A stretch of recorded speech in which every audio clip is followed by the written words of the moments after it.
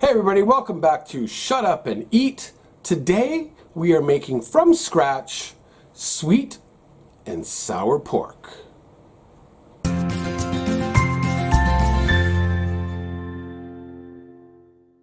Now before we actually get into the recipe itself, how many of you out there love Chinese food? This recipe is not my own. I did borrow it from another chef, but I've kind of made it into my own. I love all types of Chinese food, and whether it's with rice or noodles, Chinese food is always delicious. Let me know in the comments below, what is your favorite Chinese food dish? Let's get into it.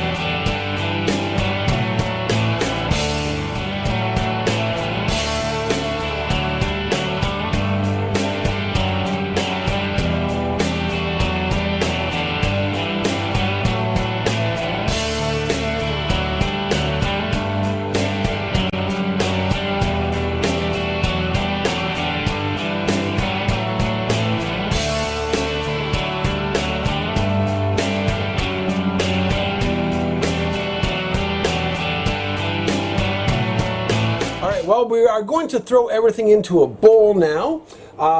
It was a silent, shut up and eat cooking video, but yeah, let's plate up and have a taste.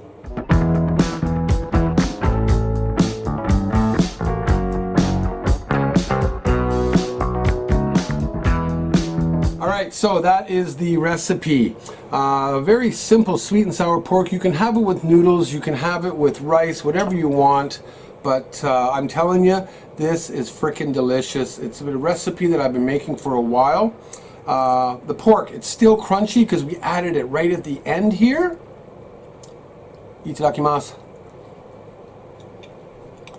You get that sweet flavor, you get that sour flavor, exactly what you're looking for. Topping it off with green onion or sesame is obviously a really good idea. A little bit of pineapple.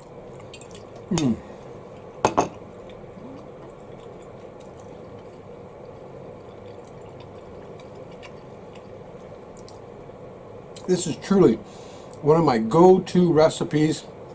Hiromi is always happy when I make sweet and sour pork. Sometimes I make noodles, sometimes I make with rice, sometimes I just have it like this. So again, let me know what your favorite Chinese food recipe is in the comments below. And well, yeah, until next time, I hope you keep eating, keep cooking, and take care, everybody. Peace.